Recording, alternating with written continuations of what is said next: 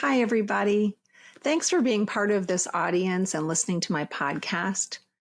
Sometime over the next few weeks, I would love to do a question and answer because I've had some comments come through and some people that had questions. So I'm opening that up to you. If you have a question for me, you can go to my YouTube channel and post the question there, or you can also go to my email, which will be in the description below. And that is more of a private way to send me a question. I'd love to hear the questions that you have, and I will do my best to answer every one. Thanks so much again for being here, and I look forward to being with you again next week.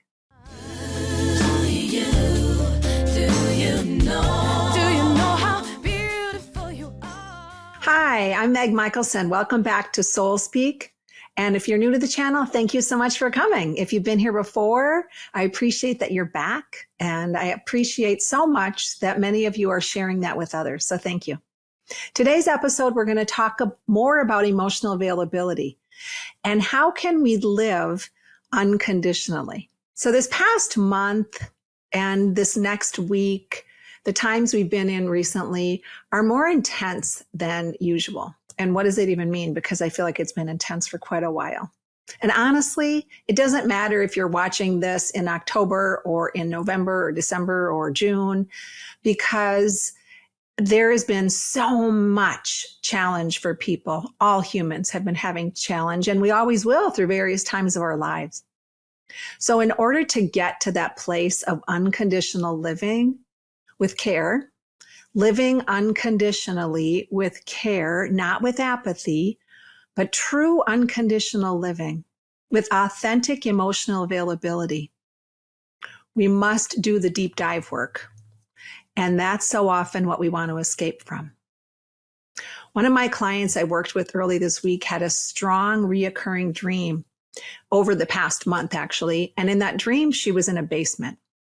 Basement dreams are the deep dives into our hidden emotions.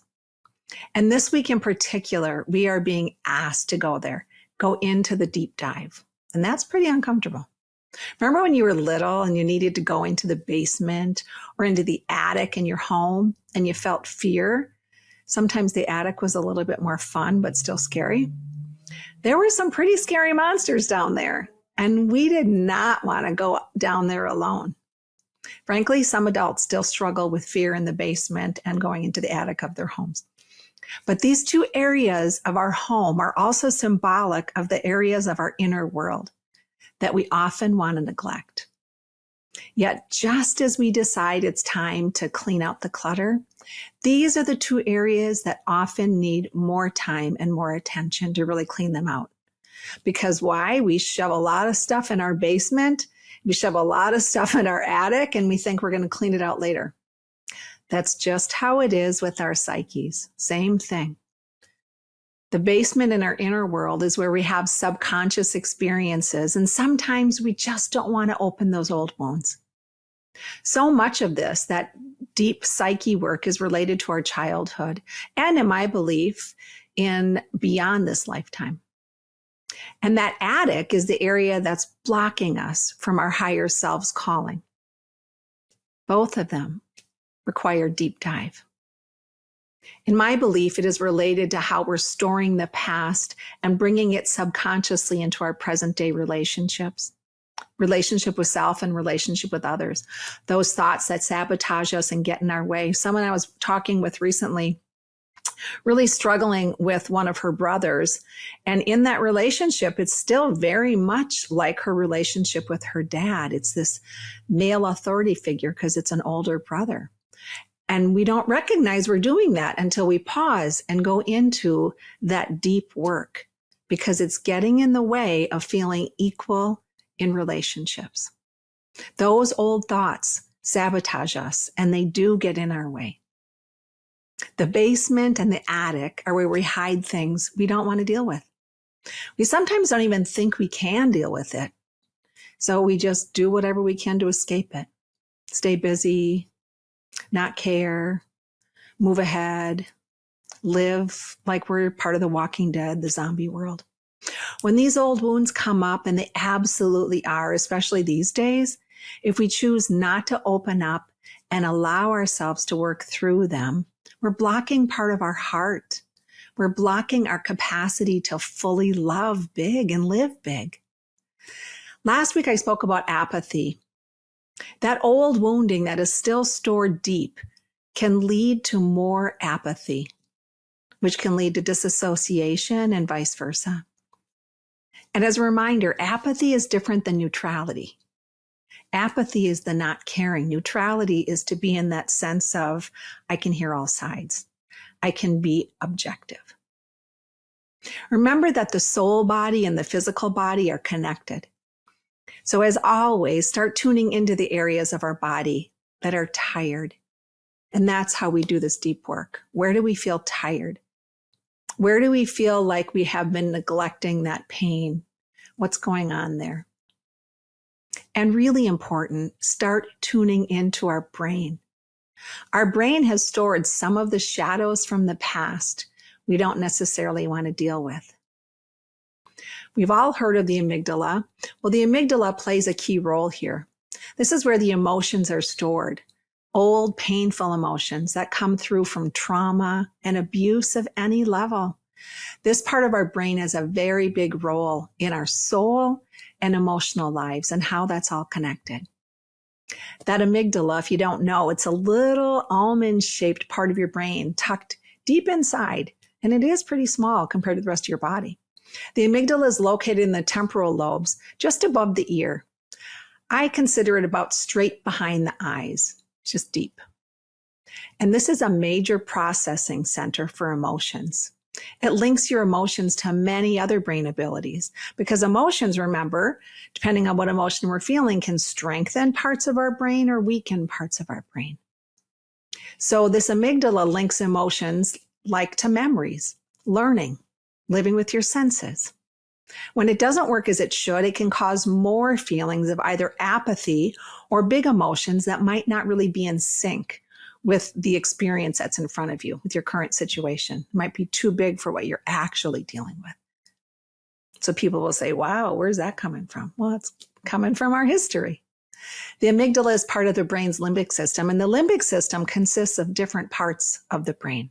So when we live with feelings of too much stress, our limbic system is working overtime to help our body process our feelings. When this area needs healing, we can go into fight or flight at the smallest provocation. I used to have chickens and I loved the chickens, and sometimes those chickens scared me. And when I was under a lot of big stress, I would react really very awkwardly in a fight or flight way when one of the chickens was coming at me. Why? Because my amygdala was overworked because I was under too much stress. Then we go into fight or flight when fight or flight really isn't necessary. I remember again about 10 years ago while going through a really stressful time in my life. I didn't have chickens then. This was before my chickens. I felt lots of emotion with my own stuff. There was some big stuff going on in my life. And I was noticing how I really didn't feel compassion like I used to. And I'm a really compassionate person. And one of my friends said, wow, Meg, you're really in a different place. I don't feel like you're even compassionate about what I'm going through. That was a big wake-up call for me. I didn't even realize it until she told me. And why was that going on? Because when we're living with so much stress, our amygdala, that limbic system, can really be overworked, and our emotions are no longer regulated like they should be. And like what happened with me, this area can shut off compassion. Remember, this area is really important, even though it's just a little almond shape. The amygdala determines how we act in a crisis, and we can make a crisis huge, like the chicken coming at me, which really wasn't going to hurt me. But the amygdala determines how we act in crisis, depending on the information it receives. Remember where that information comes from. It comes from our history. This means that if we've been living with too much anxiety, too much trauma, not enough peace, not enough breath work, our anxiety outweighs the logical parts of our brain. And we can go into panic and stress and fight or flight way too easy, which of course is so hard on the whole body. And now we're really disconnected from being authentically emotionally available because we can't, because we're in fight or flight. We're seeing things from a lens of huge stress instead of what might actually be right in front of us, which might be just a minor thing. So it's so important to start to look at this part of ourselves. This area can be healed, and we can become less reactive and learn healthier responses. As I said before, this deep work is not easy, but it is so important. And it's also really important to find someone you trust to do this work with you. When we do it too alone, it can bring us into places of depression. We're meant to work in community. We're meant to work with people we trust because there are so many good people out there. When we do this work with another person and do it with loving kindness, we are also opening our hearts to more self-acceptance. And that can lead to more self-love, which can lead to taking bigger risks and living with healthier emotions. And during this time, I believe we have so much more support from the universe. When we allow ourselves to take a step in that direction, take a step to shift ourselves from being asleep to awake, the universe is right there to support us. It will come through people. It'll come through dreams. It might be coming even through astral help that we can't always see. So how do we begin on our own? Breath work. Breath work really helps. And I know I say it a lot, but this is what we can give ourselves every day throughout the day. When the triggers hit, because we will be triggered, we're always triggered by somebody or something, depending on where we're at. Pause and breathe. When we feel triggered, pause and breathe. This is a big first step to learn to trust ourselves. And then we can take another step and slowly go into the unknown. Because the unknown can be pretty scary. And of course, pay attention to the amygdala, to that little almond shape. It sounds strange to consider it, but there are ways that we can reduce the hold our past has on us. And that is that untangling, that unfolding. We can learn to live with the freedom of authenticity by being mindful. So taking a breath and just imagining, and if you want to do it now, do it with me. Close your eyes and take a breath and imagine going into the center, behind the eyes, center of the head, little above the ears, to that little almond shape. And just imagine it releasing, unfolding. Breathe into it. Sometimes when we do that work, we feel like we might cry or old anger might come up. So we want to do it in a safe place. But just taking breath anywhere inside the head so we don't feel that tight band of stress across our forehead and the back of our head. That's a beautiful way to start the unfolding. And that's where we can learn to live with the freedom of authenticity. Authenticity in a healthy emotional way. So practicing other stress reduction techniques, deep breathing, meditation. Exercise is great to relieve some of that old stress. Exercise in the body. So sometimes we're exercising and we feel that tight band because we're overthinking and we're pushing ourselves too hard. That exercise is good, the push ourselves hard sometimes, but I'm talking about exercise when you are allowing yourself to be in the body, not thinking about all the stress of your day. That exercise can help us unwind the mind. And then, of course, working through the symptoms that the old trauma has brought on. It doesn't just go away. It gets stored in there and comes out sideways in all sorts of different ways. Anxiety, panic attacks. Those are things that you can really learn to work through with a trained professional.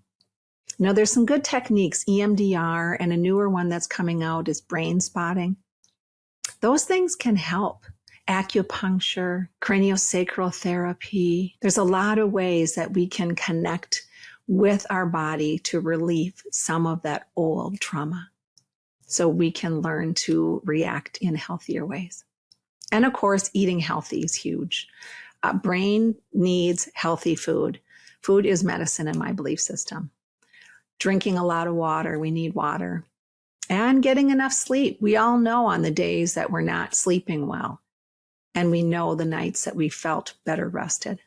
So just contributing to your overall health will really help you learn how to become more emotionally available. And also remember that our emotional vibrations shift and change all the time. On a soul level, we came to be able to move through our history into better health.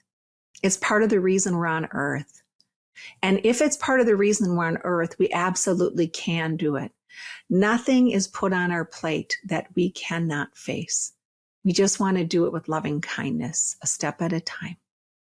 Not shame or blame or being mad at ourselves because we're still holding on to the past. Then we're holding on to the past even tighter when we're mad at ourselves. So giving yourself that kindness and patience and compassion to release some of that old stuff. Our job as we become more awake is to learn that we can regulate our reactions. And that helps every system in our body. That's why we don't ever really arrive at our destination. There's not just a train stop that we go to and here we are.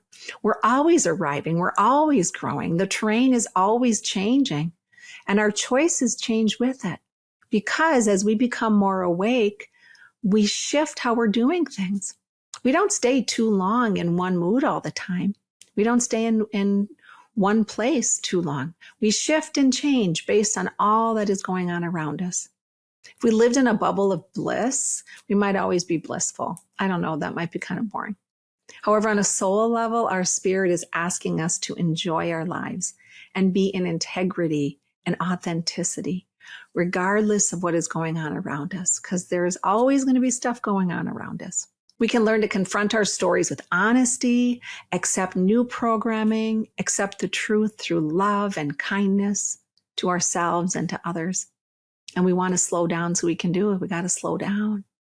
So taking time on your own, taking time to reflect the patterns. Last week, I talked about when you're feeling triggered, pause. Find a moment to exhale and then ask your inner guidance, what history do I have with this pattern? And is that response something I need to continue? Or can I be open to wonder to find a new response? This past week, I was triggered.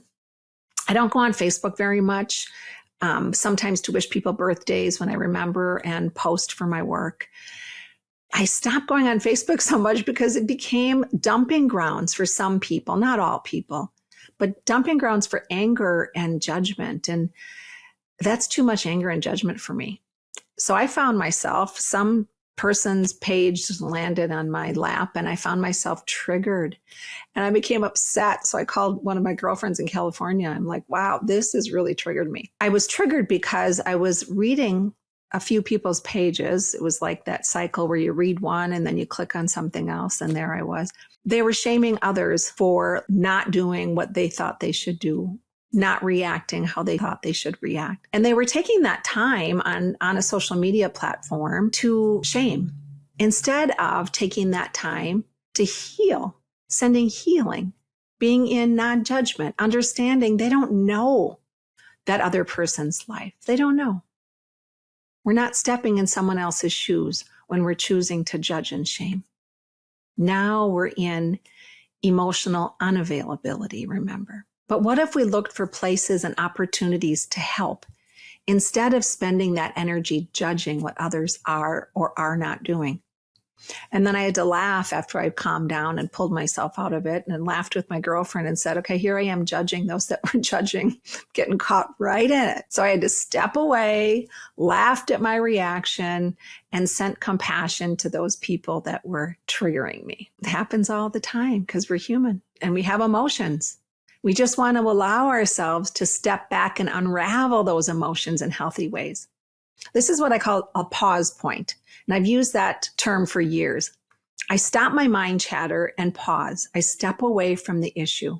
Whatever that issue is that's causing me to feel those big feelings that are not healthy big feelings, then I can choose to step into a healthier reaction and get back into unconditional living. What is unconditional living? Unconditional living is to live the best way we can and love all that choose to live how they want to live, not control them, not send love because we agree with that person or disagree with that person, but living with connection to spirit as a soul body that's living a human experience. And I'm living with my soul body and my human body as a team. And the more we allow ourselves to live without an attachment to outcome, the more we are living unconditionally. And how does that transfer to relationships? Because we let people be who they want to be. And we decide how much we want them in our daily lives. For some people, that means maybe we'll just see them at a family reunion or a class reunion every 5 years. Or for some people, we feel we can be with them all the time. We get to decide that, and we can learn what boundaries we need to hold so we can stay at peace, but not ignoring, so that we are truly living unconditionally. But we've got to give ourselves time and space to get there. So that means if you're at a family reunion and someone triggers you, you get to go to the bathroom and spend a few minutes there until you feel like, okay, I'm back in my peace place, and I'm going to allow that person to be who they are and send compassion, not judge them. Because becoming truly awake and emotionally available takes time. It also changes the way we see others. It also changes the way we see the world. It doesn't cause us to be perfect, because we're not going to be perfect, and why would we even want to be? But it can cause us to love bigger and live in a way that we are taking risks, healthy risks, to live a life that we never even thought was possible. And that is absolutely worth it. So this next week, I hope you give yourself time to pause, time to breathe, and find moments to love yourself. I'm Meg Michaelson, and I hope you have a great week. I look forward to connecting with you next Wednesday. Hey, listeners, thanks again for joining me. If you want to learn more about me, services I offer, who I am, please check out my website, megmichaelson.com. Also there, you can join my newsletter. I do the best job I can to send it out monthly, no guarantees. Follow me on Instagram and YouTube. Thanks again for coming. I'll see you next time.